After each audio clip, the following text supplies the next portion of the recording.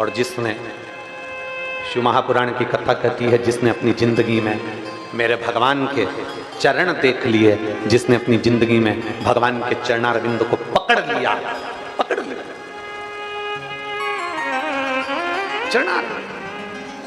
जिसने पकड़ लिया, जिसने भगवान के चरणों को देखना प्रारंभ कर दिया, चरणों को छूना प्रारंभ कर दिया, चरणारविंद को देखना प्रारंभ कर दिया।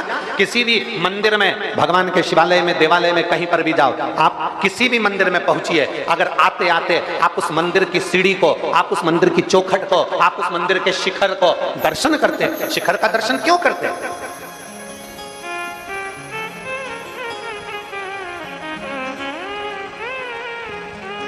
ऐसा क्या जरूरत पड़ गई कि मंदिर के शिखर का दर्शन करना चाहिए? और हमारे शास्त्र, हमारे वेद, हमारे पुराण भी कहते हैं शिखर दर्शनम सर्व पापनाशनम।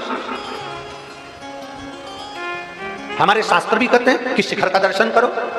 शिखर के दर्शन से हमें मिलता क्या है? शिखर के दर्शन से हमें क्या प्राप्त होता है? क्या मिलता है? क्या प्राप्त होता है?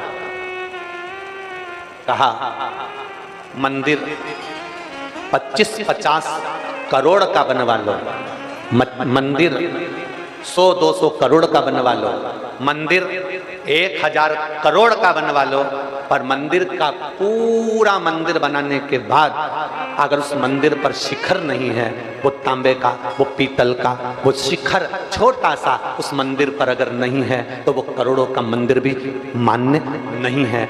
करोड़ों के मंदिर पर एक छोटा सा शिखर लगा होता है।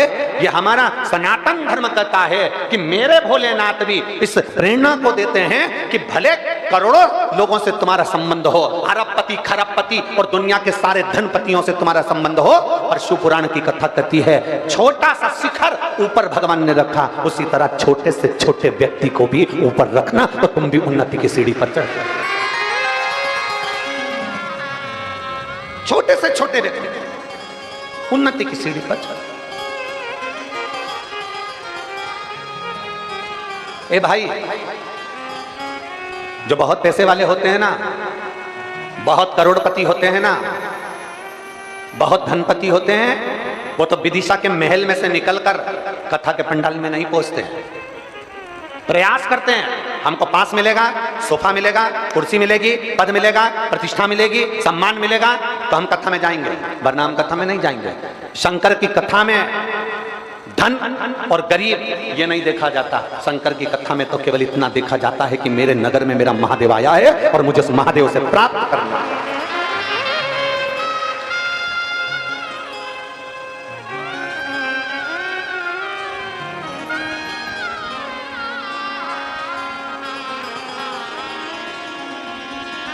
मेरे महादेव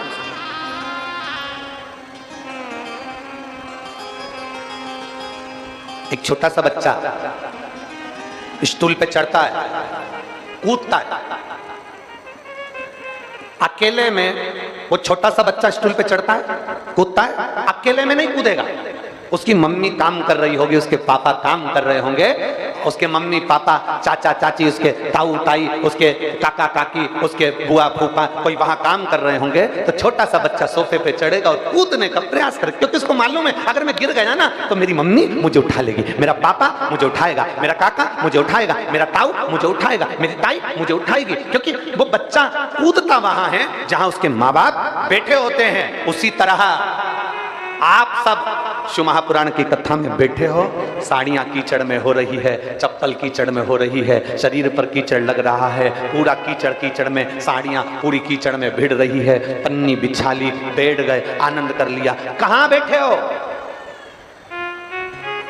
छोटा बच्चा जैसे स्टूल पर चढ़कर गिरता है, कूदता है अपने माँ बाप के सामने, आपने भी विचार कर लिया कि ये कीचड़ में मैं बैठ रही हूं, पर किसी संसार वाले के सामने नहीं, मेरे कालाधिपति महाकाल के सामने बैठ गई।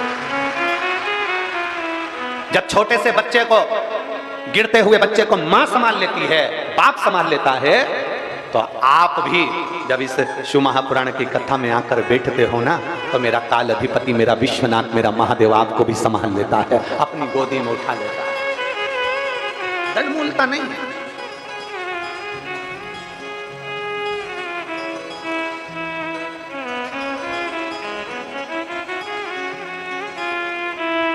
कई लोग ऐसे भी मिलेंगे संसार में, शिव महापुराण की कथा होती है ना, तो जो समिति कथा कराती है या कोई व्यक्ति विशेष कथा कराता है,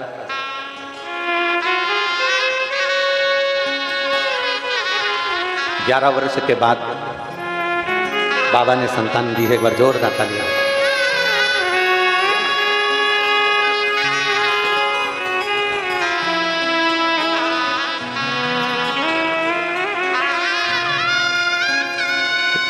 दीदी कह रही है पहले मंदिर नहीं जाते। प्रणाम करो, प्रणाम करो, हाथ जोड़ो।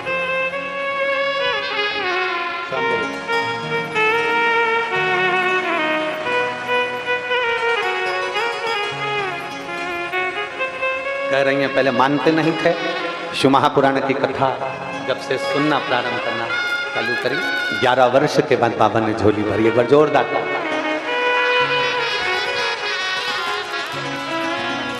शिव तत्व।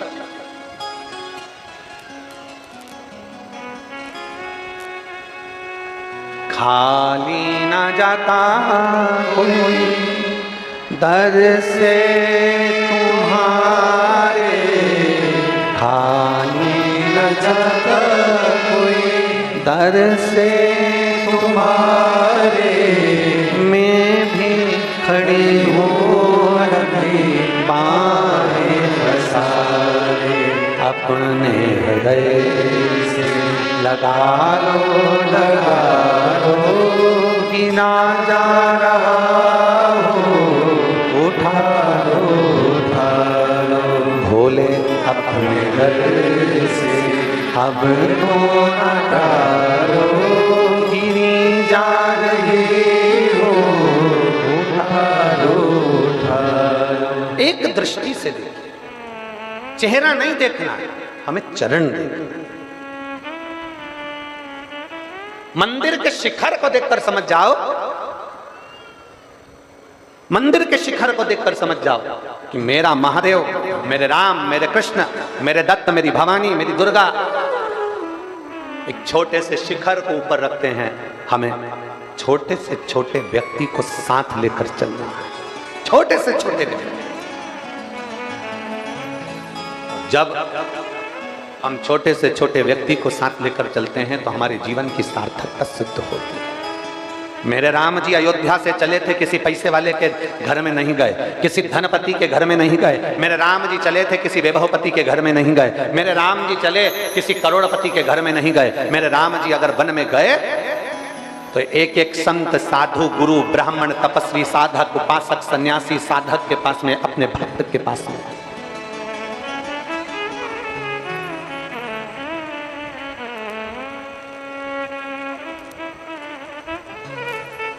साधारण व्यक्ति, चलो एक प्रैक्टिकल करना आप अपनी जिंदगी में, एक प्रैक्टिकल कर लो और प्रैक्टिकल करते रहना चाहिए। प्रैक्टिकल करने में पीछे नहीं हटना चाहिए। एक महाराज जी प्रवचन में कह रहे थे, व्यक्ति को मदिरा नहीं पीना चाहिए, शराब नहीं पीना चाहिए, शराब का नशा नहीं करना चाहिए, मदिरा से दूर रहो, शराब के नशे से दूर रहो। उसी में महाराज का पहचान वाला बैठा था, उठ के खड़ा हो गया, बोलने लगा, वो महाराज तो इतनी बड़ी बड़ी बात कह रहा है, तेरा सग्गा भाई पी के तो नाली में पड़ा, हमको ज्ञान दे रहा, पहले उसको तो समझा ले। महाराज जी ने कहा, देख भैया, मैं भी प्रवचन दे रहा हूं और मेरा भाई भी प्रवचन दे रहा है, मैं मुख से समझा रहा हूं, मेरा भाई प्रैक्टिकल करके दिखा रहा है। तेरी मर्जी है, दोनों में कैसे समझेगा, ये हमारे ऊपर निर्भर करता है कि हम क्या। प्रैक्टिकल करो, प्रैक्टिकल करते रहना चाहिए, प्रैक्टिकल करो, प्रैक्टिकल करते रहना चाहिए। और हम तो साइंस के स्टूडेंट रहे, तो हमारे अंदाजे में रहा कि प्रैक्टिकल करना अपनी जिंदगी के लिए एक अनुभव है। करिए प्रैक्टिकल।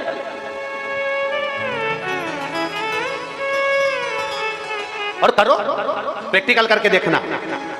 बहुत पैसा एक अपने उस मित्र पर खर्च कर देखो जिसके पास में करोड़ों का धन है, और थोड़ा सा पैसा एक उस मित्र पर खर्च कर देखना जो बहुत साधारण सा है, जिसके पास में धन नहीं है, साधारण है। वो आपको अपनी पूंजी समझता है।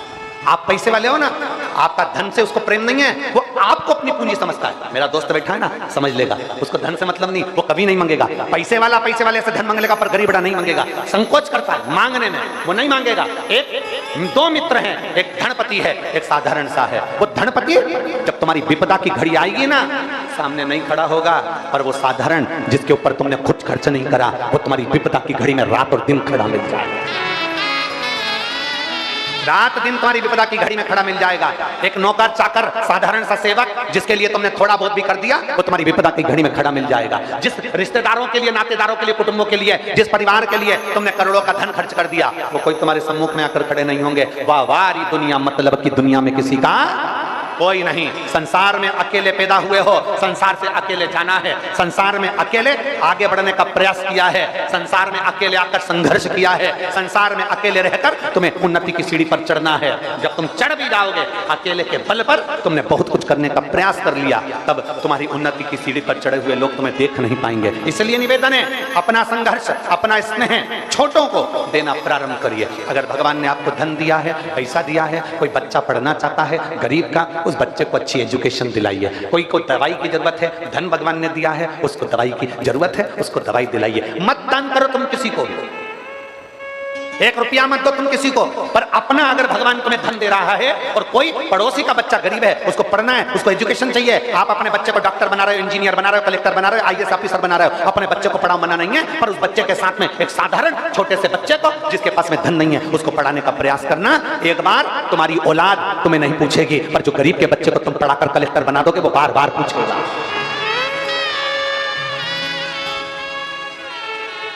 प्रयास करो, मत दान करो किसी को, मत 1 रुपया दो किसी को, पर अपने धन का सदुपयोग करो, अपने धन का सदुपयोग करो।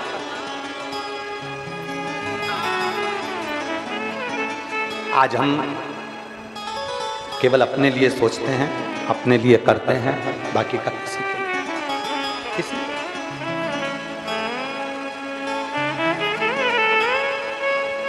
प्रयास करें।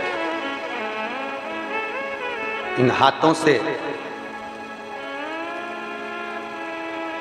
कमाने में, बोलने में, इस शरीर के द्वारा यदि हमसे कोई पाप कर्म हो भी जाता है, तो भगवान के चरणों में जाकर विनय कर कर, या किसी साधारण व्यक्ति भूखे को भोजन कराकर, प्यासे को पानी पिलाकर। बाबा बर्फानी की यात्रा प्रारंभ हो गई, अमरनाथ की यात्रा प्रारंभ हो गई। पूरे अमरनाथ में हर जगह जगह पर लिखा हुआ होता है, भूखे को भोजन, प्यासे को पानी, जय बाबा, जम के तो बोलो, जय बाबा बर्फानी। भूखे को भोजन, प्यासे को पानी, जय बाबा बर्फानी। अब ये किसी ने पूछा, गुरुजी ये क्यों लिखते हैं लोग बाग, इसको लिखने से क्या फायदा? हमने कहा उसने पूरी जगह पर लिखा हुआ है, भूखे को भोजन, प्यासे को पानी, जय बाबा बर्फानी, क्योंकि दुनिया के लोगों को यह मालूम है, जब हम उन्नति पर चढ़ते हैं, ऊंचाई पर चढ़ते हैं, जब बहुत आगे बढ़ते हैं, जब हम अमरनाथ की यात्रा के लिए चलते जाते हैं, चलते चलते चलते चलते इतने ऊपर पहुंच जाते हैं कि हमारे पास में वजन लेकर नहीं जाते, सामान लेकर नहीं जाते, भूख भी लगती है, प्यास भी लगती है, पानी ठंडा होता है, पीते बनता नहीं है, भोजन ठंडा मिलता है, करते बनता नहीं है। तो कई लोग, भले तुम्हारे पास में, तुम्हारी जेब में 1000, 2000, 5000, 25-50 रुपए पड़े हों, भले तुम्हारे होटल में लाखों रुपए पड़े हों, परंतु जिस जगह पे जरूरत है उस जगह पर नहीं मिल पाते, उस जगह पर बाबा बर्फानी तुम्हारा पेट भर देता है, उस जगह पर बर्फानी तुम्हें पानी दे देता है। भूखे को भोजन, प्यासे को पानी, जय बाबा बर्फानी, उस जगह पर दे रहा है। और मैंने तेरे ही भरोसे बाबा, तेरे ही भरोसे हवा बिच उड़ती जावांगी बाबा, डोर हरो छड़ीना कटी जावांगी, भोले मैं तेरी पतन, शंभो मैं तेरी पतन, हवा बिच उड़ती जावांगी बाबा, डोर हथो छड़ीना कटी जावांगी। बाबा किस जगह पर आता है, बाबा किस जगह पर साथ देता है? जब दुनिया साथ छोड़ देती है। पैसा जेब में पड़ा है, भोजन नहीं मिल रहा, प्यास लग रही है, पानी नहीं मिल रहा, तब मेरा बाबा आता है। एक पत्र है, देखिए।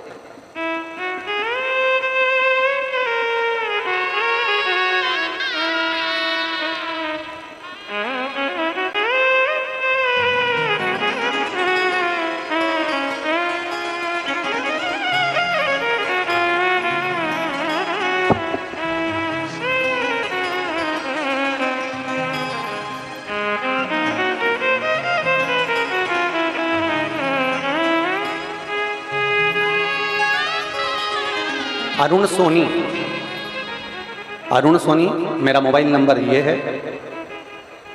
पूरनपुरा लाला धाऊ विदिशा, कहीं बैठे हैं पूरन सोनी जी, अरुण सोनी जी, अरुण सोनी जी कहीं बैठे हो तो हाथ हिला सकते हैं, और अगर बैठे हो तो बेलपत्र लेकर आप ही हैं, एक बार इससे हाथ हिला दो जी, दिख गए।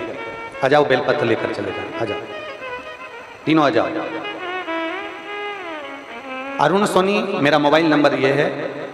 पूरनपुरा लाल धाऊ विदिशा। एक लोटे जल का मैं क्या वर्णन करूं गुरुदेव। मेरे नाना जी को गले में दर्द हुआ, मेडिकल कॉलेज में दिखाया तो दूरबीन से जांच में गले में गठान और कैंसर जैसी बड़ी बीमारी का योग बता दिया। भोपाल में जांच के लिए हमने भेजा, भोपाल में जांच में तब मालूम पड़ा, दर्द बढ़ता चले गए। सूरत में हमारे मामा जी ने बुलाया, फिर से सारी जांचें करवाई, उसमें 4th स्टेज का कैंसर आ गया। डॉक्टर ने हमको बताया कि इनका कीमो करवाना पड़ेगा। मात्र 4th स्टेज के कैंसर के कारण बस मात्र ये 2 महीने के मेहमान हैं। पत्र में इन्होंने लिखा कि उन्होंने कह दिया कि 2 महीने बच्चे हैं इनके लिए, बस 2 महीने से ज्यादा ये नहीं रह पाए। लेकिन नाना जी ने कीमो नहीं करवाया और वापिस विदिशा आ गए। और मेरी मौसी और मेरे मौसा जी ने नाना जी से कहा, अब एक काम करते हैं, अपन सीहोर चलते हैं, वहां कंकर शंकर की पूजन करेंगे, रुद्राक्ष लेकर आएंगे, और रोज प्रतिदिन आप मेरे साथ शंकर जी के मंदिर चलना, वहां प्रणाम करेंगे, जल चढ़ाएंगे और बाबा का जल पिएंगे। सीहोर गए, रुद्राक्ष लाए, तांबे के कलश में उसको गलाते और शिव जी को जल चढ़ाते और नाना जी को पिलाते। गुरुदेव, नाना जी के आहार नली से भोजन नहीं जा रहा था क्योंकि उनको गठान हो गई थी, तो भोजन बंद हो रहा था। पर हमने बाबा से प्रार्थना करी, रोज भगवान शंकर का रुद्राक्ष का जल दिया और शिवजी को रोज प्रणाम कर कर उनकी बेलपत्र लाकर देते। बाबा का मैं क्या गुणगान करूं गुरुदेव, बाबा तो बाबा हैं। हमारे नाना जी ने खाना खाना प्रारंभ कर दिया, उनका पहले लिक्विड ले रहे थे, अब भोजन करना प्रारंभ करा, और धीरे धीरे धीरे धीरे बाबा की कृपा से 22 जून को हम 22 जून 2024 को वापिस मेडिकल कॉलेज में जांच प्रारंभ हुई और जांच में आया कि इनका शरीर ठीक है और बीमारी समाप्त की ओर है। मैं बाबा को धन्यवाद देने के लिए आया हूँ। लाइन अच्छी लिखी है, आप और हम गुनगुनाते हैं। तेरी कृपा बिना न मिले एक भी लेते हैं श्वास, तेरी कृपा से अभी की सारी जांचें लगाई गई हैं, जिसमें बाबा की कृपा से मेरे नाना ठीक हो गए। ये शिव तत्व है, ये शंभु, ये ओघड़ी, ये त्रिकालदर्शी, ये कैलाश। आप कुछ दें ना दें, मेरे महादेव को एक लोटा जल जरूर, सारी समस्या का हल। जम के बोलो जरा, सारी समस्या का हल बोल बम का नारा है। उसके आश्रित हो, उसके आश्रित, कहीं व्यर्थ में हमको पढ़ना नहीं, व्यर्थ में नहीं। हमें इधर उधर कोई ने कह दिया यहाँ चले जाओ, कोई ने कह दिया वहां चले जाओ। शिव पुराण तो कहती है अपने नजदीक के शिवालय में चले जाओ, अपने नजदीक के शंकर के मंदिर चले जाओ। कुछ मत लेकर जाओ तो एक लोटा जल लेकर,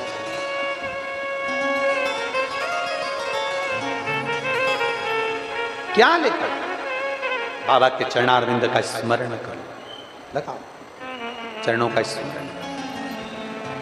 और नैनों के दोनों नैनों के दोनों प्याले कुछ भीख मांगने आया। उसके चरणों में पहुंचकर,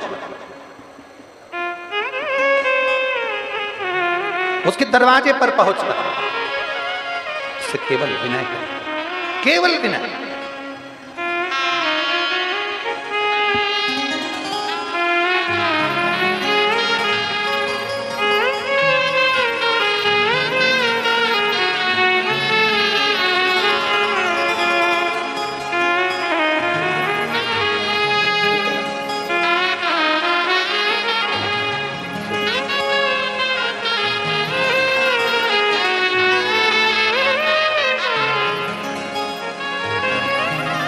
शिव तत्व कह रही हैं, कथा सुनी, शंकर जी पर इतना भरोसा हो गया था, हमारे पिताजी पर इतना भरोसा हो गया कि उन्होंने कह दिया था अब मेरा भोलेनाथ जैसा रखेगा वैसा रहूंगा। और आज जो रिपोर्ट आई, उस रिपोर्ट से जो 22 जून 2024 को आई, उस रिपोर्ट में बाबा की कृपा से कैंसर की रिपोर्ट नॉर्मल आ गई। ये शिव तत्व है।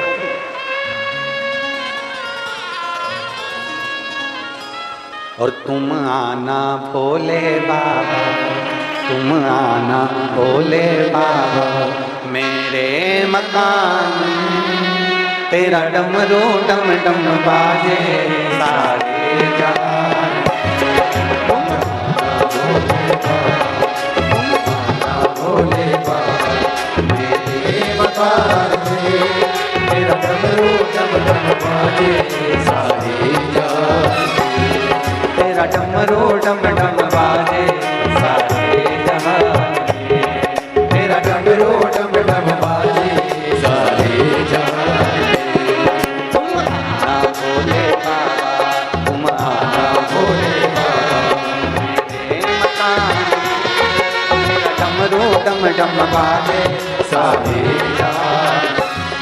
तुम आना भोले बाबा, तुम आना भोले बाबा मेरे मकान, तेरा डमरू डम डम बाजे सारे जहान। बड़े भाव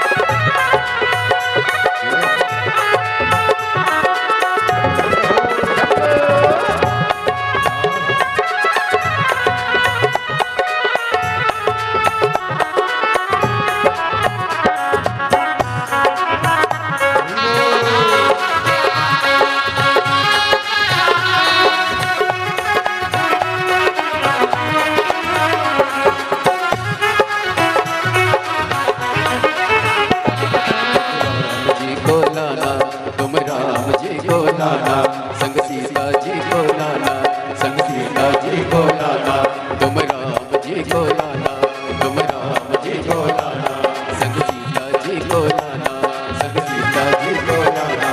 मेरे मकान में तेरा डमरू डम डम बाजे, सारे जहान में हो तुम आना भोले बाबा, तुम आना भोले बाबा। मेरे मकान में तेरा डमरू डम डम बाजे, सारे जहान में।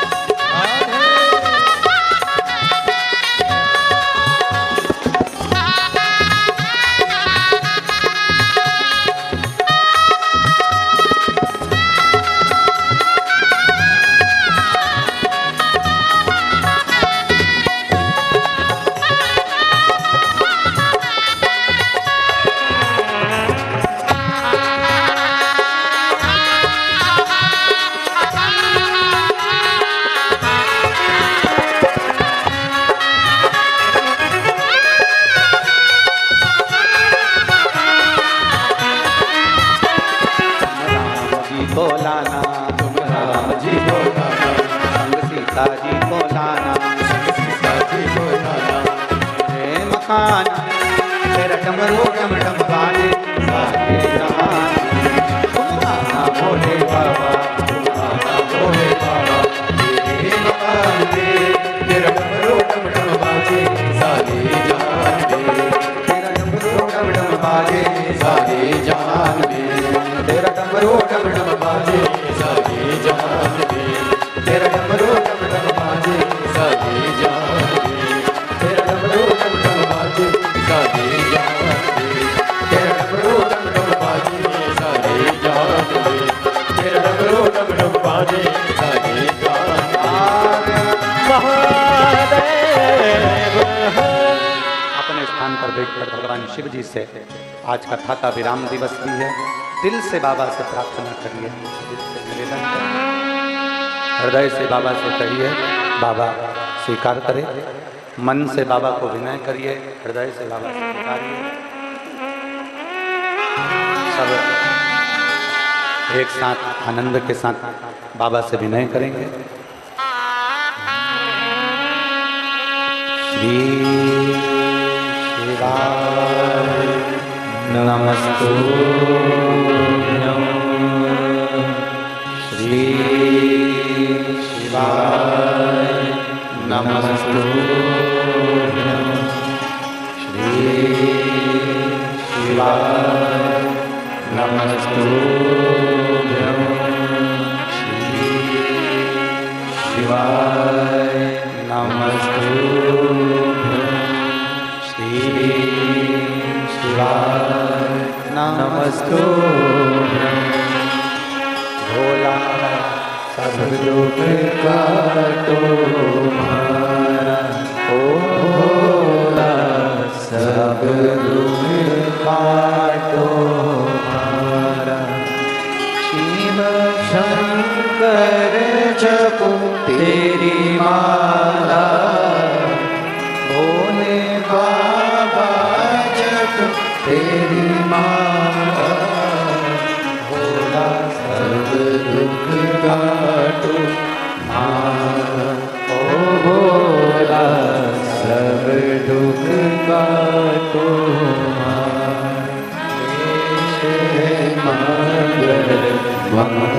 मंगलकारी वेश मंगल मंगलकारी, शमशान वासी हमारा, शमशान वासी हमारा।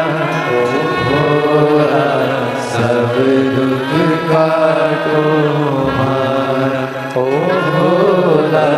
सब दुख काटो।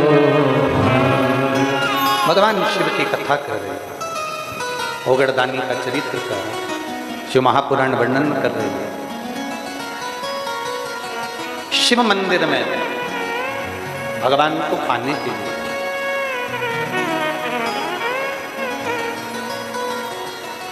किसी दूसरे से अपने मन की बात, अपने हृदय की बात या अपने दुखड़े आप किसी से कह भी दोगे तो कोई तुम्हारे दुख को कम करने वाला नहीं। कौन कम करे?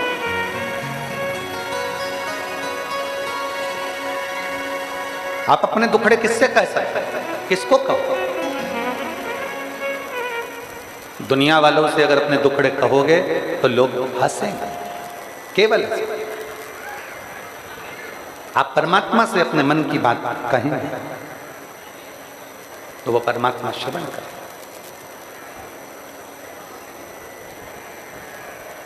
आज से गुप्त नवरात्रे प्रारंभ हो रहे हैं, आषाढ़ के।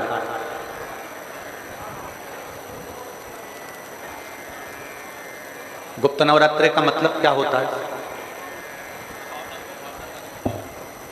हृदय से, किसी को बता के नहीं, हृदय से, गुप्त भाव से, अपने मन से माँ जगत जननी की, माँ जगदम्बा की आराधना करना। अपने 4 नवरात्रे में से 2 नवरात्रे गुप्त होते हैं और 2 नवरात्रे उजागर होते हैं, चैत्र का, शरद का, अश्विन। और 2 नवरात्रे गुप्त है। इन दोनों नवरात्रे को गुप्त इसलिए रखा गया कि अपने दिल की बात को अंदर रखिए, किसी से मत कहो। गुप्त नवरात्रि का मतलब है आप माँ अम्बा से, माँ जगदम्बा से, माँ आद्यशक्ति से, भोलेनाथ जी से, राम जी से, कृष्ण जी से, आपके इष्ट से आप अपने मन की बात कहें। उसी तरह गुप्त नवरात्रि हमको ज्ञान देते हैं कि अपने दिल की बात इधर उधर नहीं कहना, अपने दुखड़े यहाँ वहाँ जाकर नहीं रोना। अगर दूसरों के सामने जाकर अपने दुखड़ों को हम रोएंगे तो दुनिया केवल हंसेगी, इसके सिवाय कुछ नहीं करेगी। साथ कौन देते?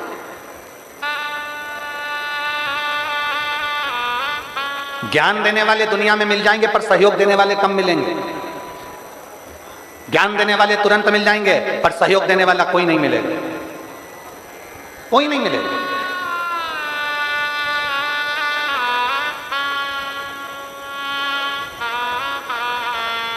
आप अगर दुखड़ा रोवेगी ना तो लोग कह देंगे ऐसा कर लेना था तुमको, ऐसा कर लेना था, वैसा कर लेना था, ये कर लेना था, वो कर, सब कह देंगे पर सहयोग कोई नहीं देने वाला। कौन देगा सहयोग? तो फिर कहना क्यों उनसे, बोलना क्यों उनसे? आपके दिल में आया, आप देवाधिदेव महादेव के पास पहुंच गए। आपके दिल में आया, आप शंकर के करीब में पहुंच गए। एक पत्र है, देखिए। मेरा नाम श्रीमती आशा शर्मा है। मैं हरिपुरा विदिशा की निवासी हूँ। आशा शर्मा कहीं बैठी हूँ तो हाथ हिला सकती हैं। मेरा नाम श्रीमती आशा शर्मा है। मैं हरिपुरा विदिशा की निवासी हूँ। कहीं बैठी हूँ तो हाथ हिला सकती हैं।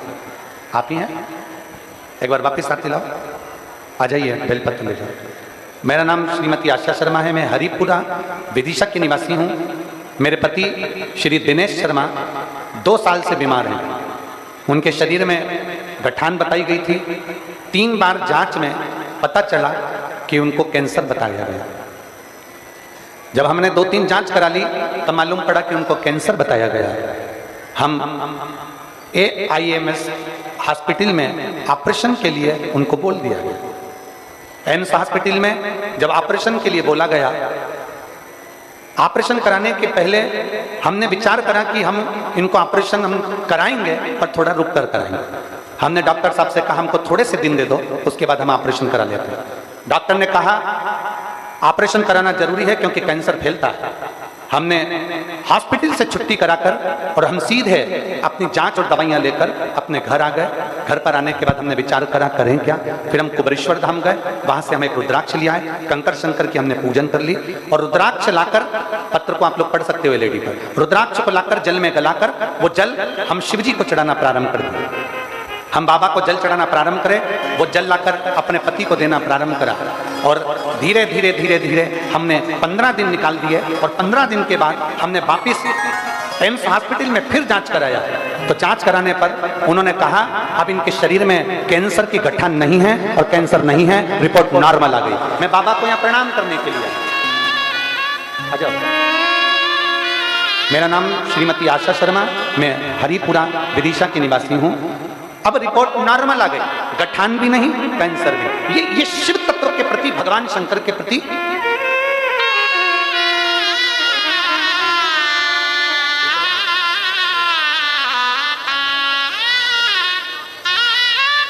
कह रही हैं। जिस दिन कैंसर का बताया था फैलने का, उसी दिन ऑपरेशन का डॉक्टर बोल दिए थे। फिर सीधे बाबा के धाम पर जाकर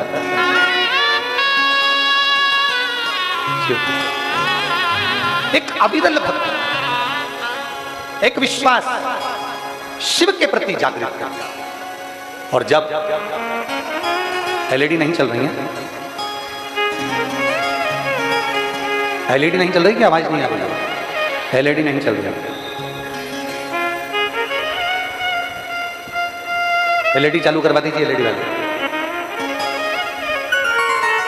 एक विश्वास जब हमारे भीतर जागृत होता है, एक भरोसा जब हम मेरे भोले बाबा के प्रति जागृत कर लेते हैं, तो ये निश्चित है मेरे बाबा दया करना, मैं तेरे भरोसे हूँ। भोले बाबा दया करना, मैं तेरे भरोसे हूँ। ना घर के भरोसे हूँ, ना परिवार के भरोसे हो, ना घर के भरोसे हो, ना परिवार के भरोसे हो। मेरे बाबा दया करना,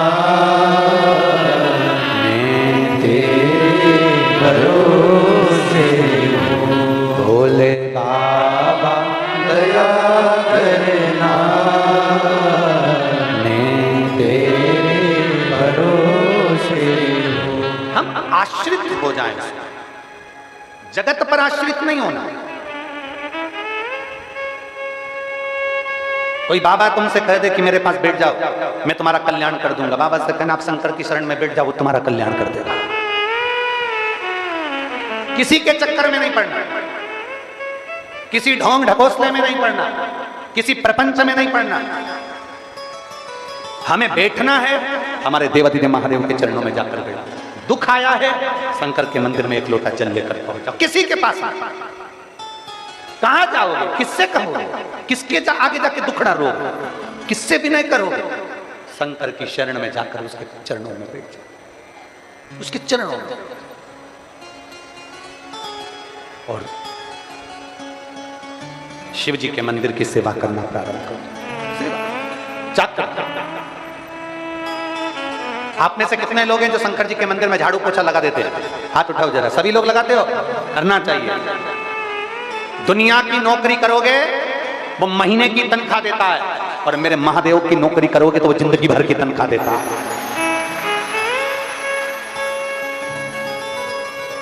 जिंदगी भर की तनख्वाह मेरा देवाधिदेव महादेव प्रदान करता है, केवल महीने की नहीं, जिंदगी भर। आप आश्रित हो उस पर।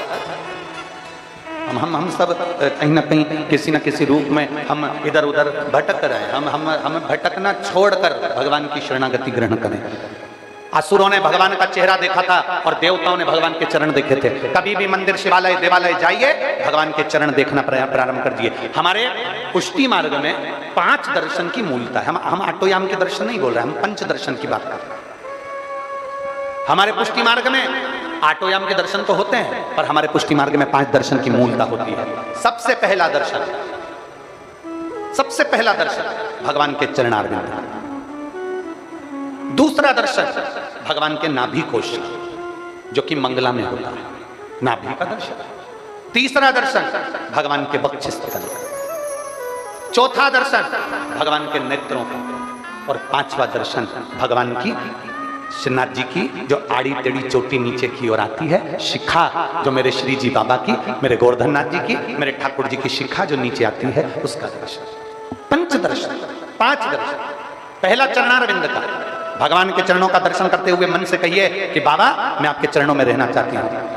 नाभि का दर्शन करते हुए कहिए बाबा आपकी नाभि इतनी गहरी है कि आपने ब्रह्मा जी को कमल के पुष्प के ऊपर प्रकट कर दिया, अपनी नाभि से बाहर निकाल दिया। जैसे नाभि गहरी है वैसे ये भव सागर गहरा है, इससे हमको बाहर निकाल दो। तीसरा दर्शन वक्षस्थल का, हृदय, भगवान के हृदय का दर्शन, छाती का दर्शन, वक्षस्थल का दर्शन करो तो भगवान से प्रार्थना करो, हे भगवान आपके हृदय में हमें निवास दें, अपने हृदय।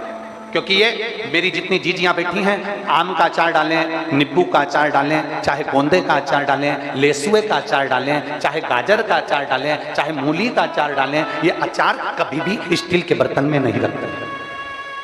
बोलो तो मेरी जीजियां सही है? स्टील के बर्तन में अचार नहीं रखती, पीतल के बर्तन में अचार नहीं रखती, लोहे के बर्तन में अचार नहीं रखती, तांबा कांसे के बर्तन में अचार नहीं रखती। मेरी बहनें चीनी कांच की बरनी में अचार को रखती हैं, क्योंकि इनको मालूम है कांच की बरनी में अचार सुरक्षित रहेगा, चीनी की बरनी में अचार सुरक्षित रहेगा। तो भगवान से कहना, भगवान तुम्हारे हृदय से सुंदर कोई बरनी नहीं है, मेरे जैसे अचार की फांक को अपने दिल में रखना। तुमसे अच्छी हृदय जैसी बरनी कहां मिलेगी? रख। और भगवान अपने हृदय में आपको रख लेते हैं।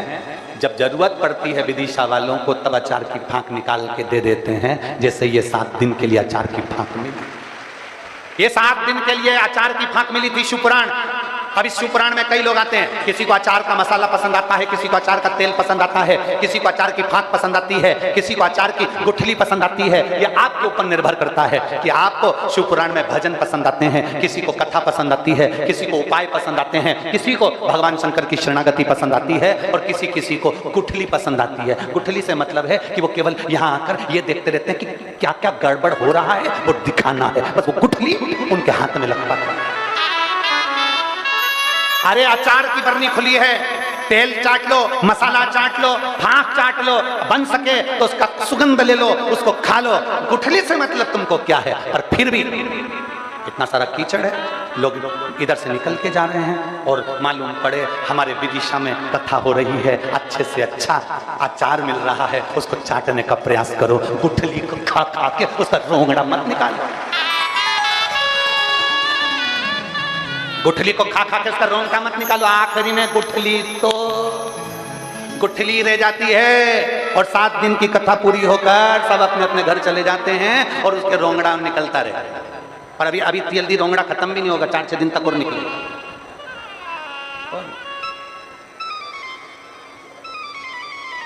भगवान से कहो, प्रथम दर्शन चरण का, दूसरा दर्शन नाभि का, तीसरा दर्शन हृदय का, चौथा दर्शन भगवान की निगाह का।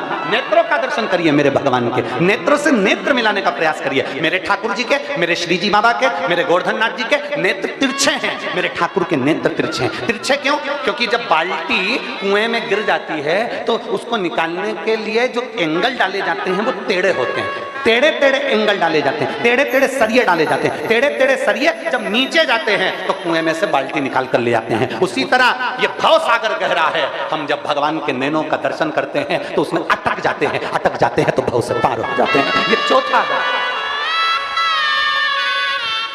5वां दर्शन है भगवान की, जम के बोलो सब, शिखा।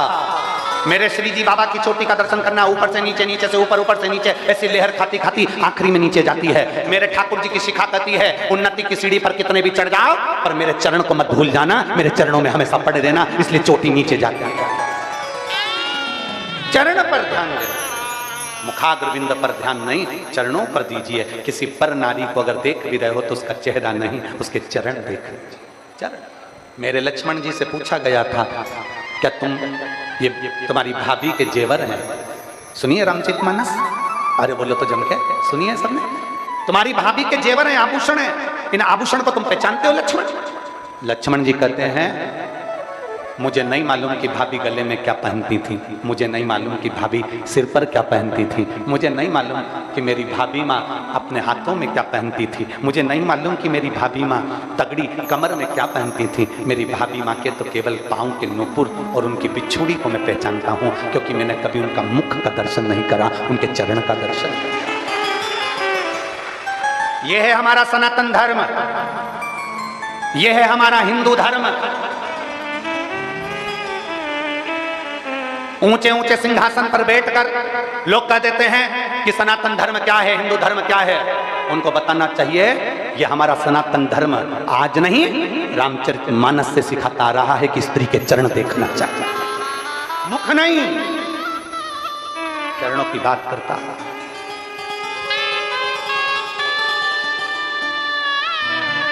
पूछा गया तुमने चरण, तुम क्या हार देखते हो? नहीं।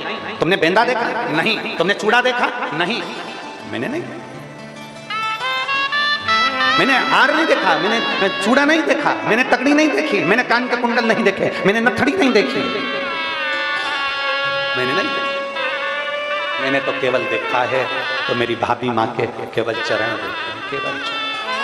जरा विचार करिएगा, भाभी माँ के केवल चरण, केवल चरण। बच्चे ने फोटो बनाया है, बहुत अच्छा।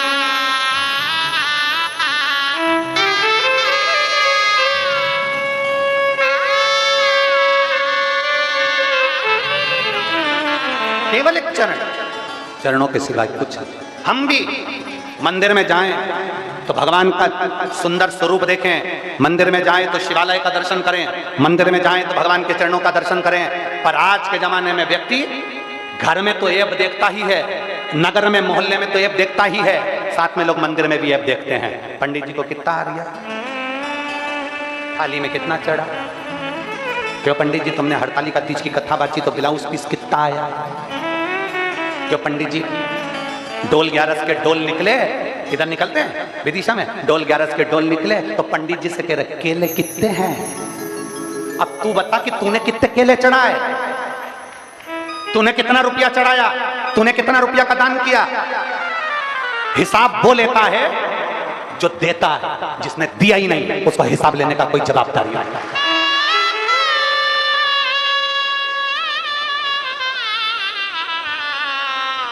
उसको जवाबदारी नहीं है।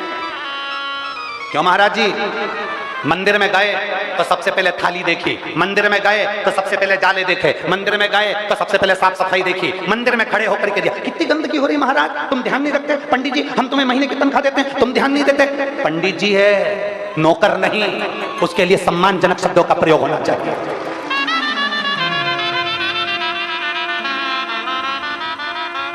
सेवा का मूल पहचानो, सेवा के क्रम को जानो।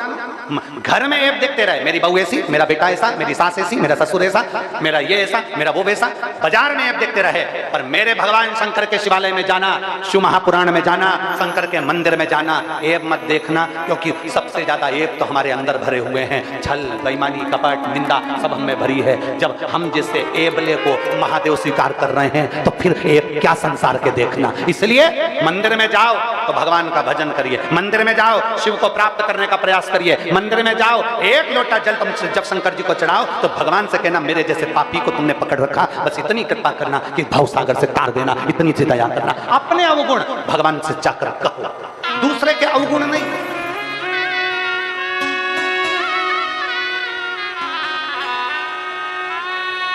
और मंदिर जाते समय अगर कोई तुमको ज्यादा ताने दे, अपशब्द बोले, तुम पे हंसे, उसे हंसने दो, ताना दे, देन दो, आड़ा टेढ़ा बोले, बोलने दो। तुम तो वो जितना जितना तुमसे आड़ा टेढ़ा बोले, तुम्हारे जो मंदिर जाओ और तुमसे कोई आड़ा टेढ़ा बोले, तुम उतनी जोरदार खजूर वाली छोटी बना के और अच्छा अच्छा जूड़ा बना के और सिर पे पल्लू डाल के और बढ़िया हाथ में लोटा लेकर जाओ, आग लगे बस्ती में अपन रहे हो मस्त।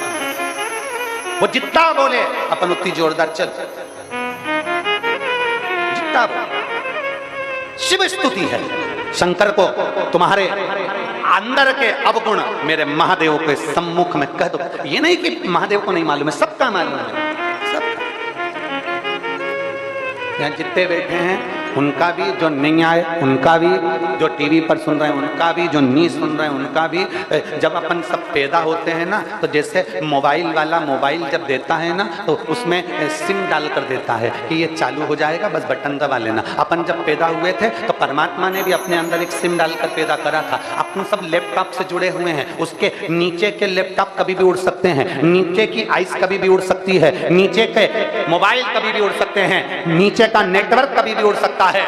ऊपर वाले ने जब पैदा करा एक एक सिम फिट करके भेजी है। तुम कहाँ जा रहे हो, क्या कर रहे हो, क्या खा रहे हो, क्या पी रहे हो, कैसे जा रहे हो, क्या कर रहे है, किसके लिए निंदा कर रहे है, किसके लिए क्या बोल रहा है, उसके लैपटॉप में सब है। यहाँ से जब जाओगे सारा हिसाब बोल दिया जाएगा। एक कथा आती है, दो व्यक्ति मर गए, एक बस का ड्राइवर मर गया और एक महाराज मर गए। कथा करने वाले बड़े जोरदार थे, वो भी मर गए। लाइन लगी थी वैकुंठ में, सबसे पूछा जा रहा था तुम कौन, तुम कौन, सबको बताया जा रहा था तुम यहाँ चले जाओ, तुम वहां चले जाओ। बस का ड्राइवर आया, तुम कौन, बस के ड्राइवर। बस का ड्राइवर चाबी घुमा रहा था, हेड पहना था फटा हुआ जीन्स, चाबी।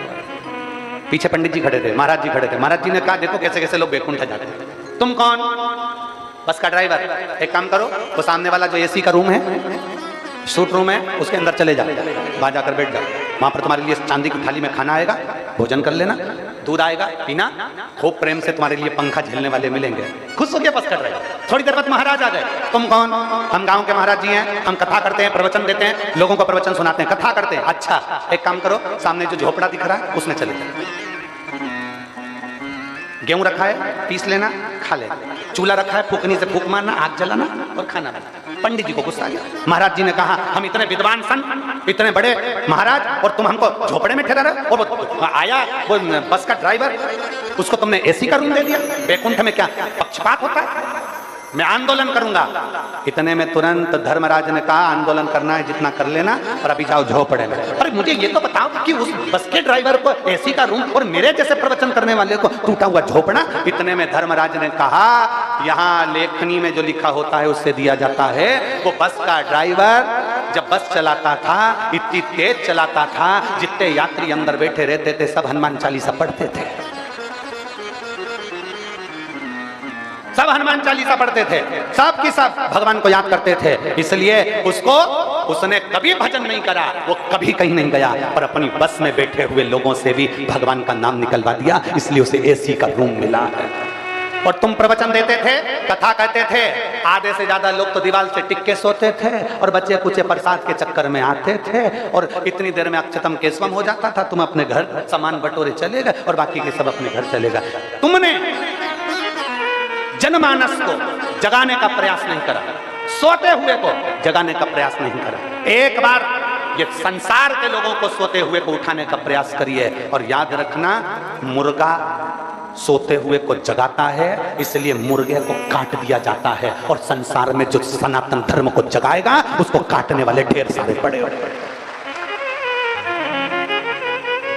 मुर्गा सोते हुए को उठाता है, इसलिए उसको काट दिया जाता है, उसकी आवाज बंद कर दी जाती है। सनातन धर्म को जो जगाने का प्रयास करेगा, सनातन हिंदू धर्म को जो जागृत करने का प्रयास करेगा, दुनिया के लोग उसको बदनाम कर कर उसको काटने का प्रयास करेंगे, उसको बदनाम करने का प्रयास करेंगे, उसको दबाने का प्रयास करेंगे। पर याद रखना, मुर्गा एक काम करता है, भले मरना तो है, जगा के ही मर जाऊं उससे अच्छा सनातनी को जाकर जगा कर ही जाना चाहिए।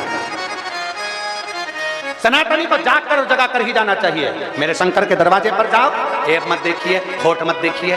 सावन के महीने में शिव को लोटा भर के जल चढ़ाओ तो अपने भीतर के खोट बता दो, बाबा मेरे जैसा पापी संसार में कोई नहीं होगा, पर तू मुझे स्वीकार कर लेना शंभु, मैं तेरे चरणों में पड़ा हुआ हूँ। शंभु शरण मांगो घड़ी रे घड़ी, दुख काटो दया दर्शन। अपने भीतर के खोट। हाँ, हम जब भगवान के समक्ष एक पत्र है,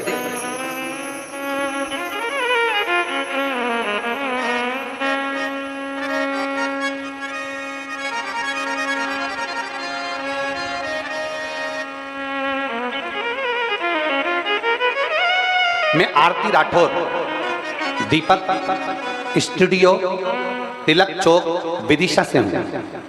कहीं बैठे हो तो हाथ हिला सकते हैं। मैं आरती राठौर, दीपक स्टूडियो, तिलक चौक, विदिशा। कहीं बैठी हो तो हाथ हिला सकते हैं। और अगर बेटी हो तो बेलपत्र लेने के लिए आ सकते हैं। मैं बेलपत्र का क्या वर्णन करूं गुरुदेव। हम भरोसा नहीं करते थे कथा पर, भगवान पर मेरे बाबा पर जब भरोसा करना प्रारंभ करा, कथा सुनना प्रारंभ करी, मुझे 6 साल से थायराइड की बीमारी है, मेरे पूरे शरीर में तकलीफ रहती है गुरुदेव। 6 साल से मैं दवाइयां ले रही हूं, भोपाल का इलाज चल रहा, सब दूर के इलाज करवा के थक गई, पर थायराइड की बीमारी समाप्त नहीं गुरुदेव। तब मैंने आपकी कथा सुनना प्रारंभ करा और पहली बार भगवान शंकर के मंदिर में जाना प्रारंभ करा। मैं आपको जानती भी नहीं थी, आपको सुनती भी नहीं थी, मोबाइल पे थोड़ा सा देखा था और विश्वास जागा। आपको कथा सुनी, अपने पास में जो शंकर का मंदिर है वहां जाना प्रारंभ करा और बाबा का चढ़ा हुआ जल पीना प्रारंभ करा, बेलपत्र खाना प्रारंभ करा। फिर हम सीहोर भी गए, वहां से रुद्राक्ष लेकर आए, उसका भी जल पिया। आज मैं बाबा की कृपा से एक भी गोली नहीं खाती और मेरी थायराइड की बीमारी पूरी ठीक हो चुकी है। मैं बाबा को प्रणाम करती हूँ। एक शिव तत्व, आरती राठौर, दीपक स्टूडियो, तिलक चौक, विदिशा। एक विश्वास, एक भरोसा, एक केंद्रता।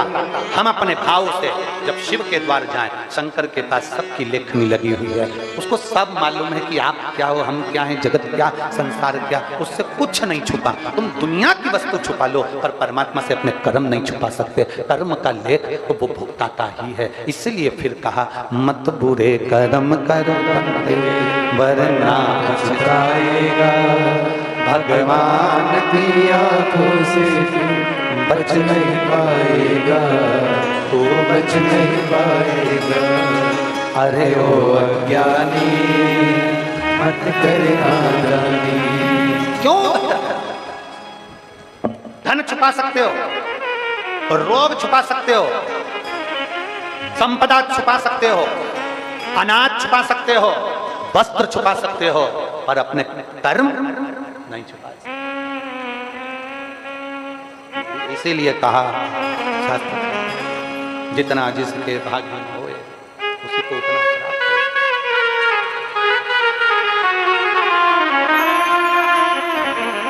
प्राप्त। मेरे बाबा के दरबार में सबका खाता है, मेरे बाबा के दरबार में सबका खाता है, बाबा के दरबार में सबका खाता है, मेरे बाबा के दरबार में सबका खाता है, सबका खाता है यहाँ पर, सबका खाता है, ओ सबका खाता है यहाँ पर, सबका खाता है।